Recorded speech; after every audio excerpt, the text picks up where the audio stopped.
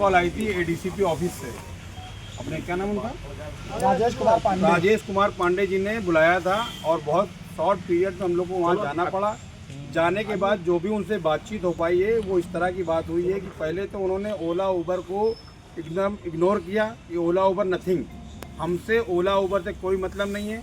Traffic में जाम लगेगा, जो नियम सबके लिए होंगे वो नियम आपके लिए होंगे। आप डोर टू डोर चलाते हो या कहीं पर भी चलाते हो, जब नियम चलेगा लागू होगा तो उसमें सबको फॉलो करना है। उसमें उन्होंने 7 जोन में बांटा है पूरे कानपुर को। 7 जोन के अलग अलग स्टिकर है, हर स्टिकर में जोन का नंबर पड़ा हुआ है और उसका स्कैनर है। आप लोग जब भी उसका रजिस्ट्रेशन कराने जाओगे तो उसमें उन्होंने सीधा किया है कि रजिस्ट्रेशन आरटीओ से पूरा उन्होंने उठा के हर एक आदमी की डिटेल उनके पास है। उन्होंने टोटल बता दिया है कि इतनी इतनी टोटल इलेक्ट्रिक गाड़ी हैं, इतने बैटरी रिक्शे हैं, जिसमें से 45,000 बैटरी रिक्शे में 25,000 के पेपर डेड हो चुके हैं, 20,000 के पेपर जिंदा हैं। जो ये नियम आते ही वो 25,000 पहले ख़त्म हो गए। उसके बाद ऑटो में भी 2-4-5,000 की संख्या ऐसी है जिन्होंने बीमा नहीं करा रखा, फिटनेस नहीं करा रखी, तो उनके ऊपर भी गाज गिरेगी।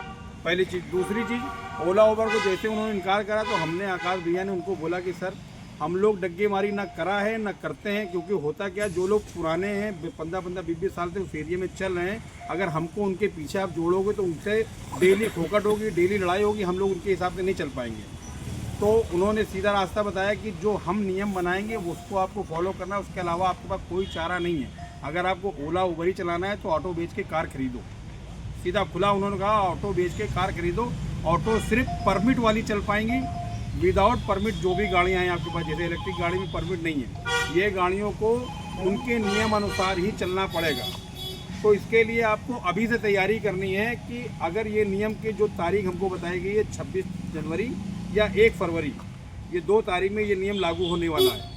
लागू होते ही सारे लोगों को पुलिस प्रशासन द्वारा अवगत करा दिया जाएगा। आप सभी को अगर इसका विरोध करना है तो कोई रैली नहीं निकलेगी, कोई हड़ताल नहीं होगी। पुलिस प्रशासन ने हम लोग को जगह बताई है, रेल बाजार ग्राउंड, जहाँ पर रजिस्ट्रेशन के लिए हम लोग नगर निगम के रजिस्ट्रेशन के लिए गए थे, जी। वहाँ पर जाके हम लोग को सिर्फ वहाँ व्यवस्थित रूप से खड़ा हो जाना है, किसी को एक भी स्कैनर नहीं लेना है। अगर आपको गाड़ी सीज करनी है, मेरी गाड़ी यहीं सीज कर दो।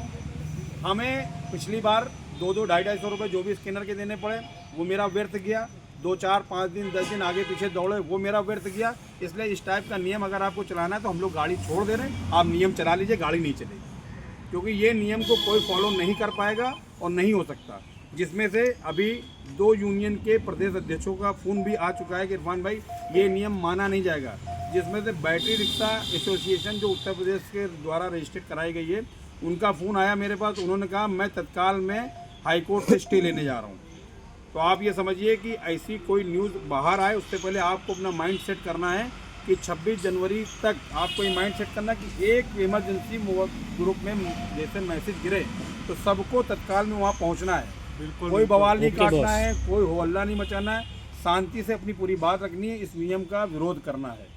ये नियम नहीं चलेगा, भी आप समझ लो। देखो इरफान भाई, जैसे वो स्टेट में जा रहे हैं, जो आप बता रहे हैं, वो अकेला नहीं लेंगे, वो पूरे कानपुर यूनियन जाएगी, स्टेट का पूरा लेंगे। हर सिटी में कर रहे हैं ना, लखनऊ में भी कर रहे हैं, हर जगह योगदान देंगी। जो खर्चा आएगा वो सारी यूनियनें मिलकर झेलेंगी। बिल्कुल बिल्कुल, ठीक है ना। इसके लिए हम लोगों ने ये चैन चालू कर दी कि जितने भी कानपुर के अंदर जो भी 8-10 रजिस्टर्ड यूनियन है, तो उन सबों ने आपस में कोऑर्डिनेट कर लिया। हो सकता है आज शाम को, नहीं तो कल तक की उनसे मीटिंग भी हम लोग सब लोग आपस में बैठ के, क्योंकि इसमें अब गिनती ओला उबर की नहीं है, गाड़ी के हिसाब से, चाहे वो डग्गे मारी करो, चाहे कोई सीएनजी को छोड़ के, उन्होंने सीएनजी को अलग रखा है।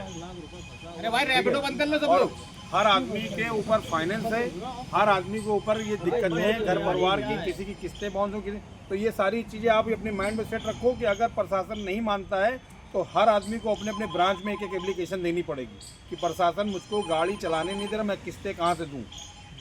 और मैं डिफॉल्टर भी नहीं होना चाहता। बंद कर लो यार। अगर हम लोग को लखनऊ तक जाना पड़े तो कोई भी आदमी पीछे नहीं हटेगा, क्योंकि बात ये हमारे पेट की है। बंद कर दो भैया चुप रहो, शांति बनाए रहो, शांति कर दो। इसे खटका लगा है इसमें, ऐसे कर दो खाली यूं बंद हो जाता है। बात सुन लो, उसके बाद अपना हमारी बात 2 मिनट की बात और फिर निकलो अपना बंद। जो प्रशासन का कहना है, वो प्रशासन का ये कहना है कि ये जो 4 पट्टी ला रहे हैं, इस पट्टी से सिर्फ उनके हिसाब से 2 चीज़ें कम होंगी। एक, शहर में जाम खत्म होगा, और दूसरी दुर्घटना नहीं होगी। ठीक है, ये उनके हिसाब से है। अब आप अपने हिसाब से समझिए कि अगर ये आ जाएंगी, ये चीज़ें और जाम लगेगा तो समस्या क्या होंगी। पहली बात, आपके इलेक्ट्रिक ऑटो, आप किसी भी तरीके का कोई भी ब्रांड का अगर आपके पास इलेक्ट्रिक ऑटो है, अगर आपकी ऑटो में पट्टी लग जाएगी तो आपकी फैमिली को, अगर आपने कल्याणपुर का जोन ले लिया और आपकी फैमिली को अगर घंटाघर जाना है तो आप अपनी ऑटो से नहीं जा सकते, क्योंकि जो एरिया है उस एरिया में ही आपको ऑटो चलाना है। उस एरिया से अगर आप बाहर गए तो आपका चालान है, आपकी गाड़ी सीज है, उसके नियम है। अगर आप कल्याणपुर एरिया में हैं और आपको सोचना है कि मैं घंटाघर अपनी ही हम घर की लेडीज़ों को या घर के बंदे को ले करके पहुँच जाएँ, तो आप नहीं जा पाएंगे, अनुमति नहीं देंगे, वो अनुमति नहीं देंगे। दूसरी चीज़, अगर आप ये सोच रहे हैं, आप एक तरफ नियम भी ये ला रहे हैं कि हमको आगे की सीटें हटानी है, और हमको नमक फैक्ट्री, अगर कल्याणपुर का जोन है, हमको नमक फैक्ट्री से अगर विजयनगर का एरिया मिला है और 3 सवारी पीछे बैठाल के 10-10 रुपये लेना है, तो क्या 4 किलोमीटर के हम 30 रुपये में हमारा किस्तें और हमारी घर चल पाएगा? नहीं चल पाएगा। ये उन्होंने नहीं सोचा है। ये उनको बात बोलना है, उनको मैसेज देना है कि इस तरीके से ना गाड़ी की किस्तें जा पाएंगी, ना आपका घर खर्च चल पाएगा और ना आपका पेट पल पाएगा।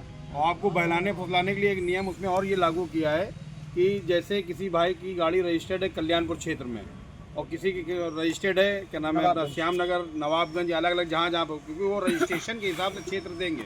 अगर आप नवाबगंज के रहने वाले तो नवाबगंज के अंदर जितना क्षेत्र आ रहा है, रोड नहीं दे रहे, पहले ध्यान दीजिएगा, रोड नहीं दे रहे, क्षेत्र दे रहे।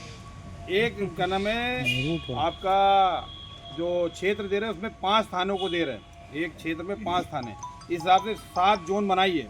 7 जोन में आपको रहना, उसी के बीच में जो भी 1 किलो, 2 किलोमीटर, आधा किलोमीटर, 1 किलोमीटर जो भी रूट है, उसी के दायरे में ही आपको घूमना है, उसी के दायरे में रहना। उस दायरे में आप कितना अपने आप को सर्वाइव कर सकते हो, कितना कमा सकते हो, कितने में पेट पालोगे, कितने में बच्चे पालोगे, कितने की किस्त दोगे, हमारे नहीं पाओगे, क्योंकि पहले से लोकली वहाँ पर बहुत चल रहे हैं। तो ये सारे नियम जो आ रहे हैं, ये सिर्फ और सिर्फ हम जैसे ऑटो वालों के लिए सिर्फ परेशानी का सबब बनेंगे, इसके अलावा कुछ नहीं बनेगा। और सबसे बड़ी चीज़ ये है कि इससे पहले हमारा QR नगर निगम से भी हुआ था, ट्रैफिक पुलिस और नगर निगम दोनों ने मिल करके QR वाला कॉन्सेप्ट लाए थे।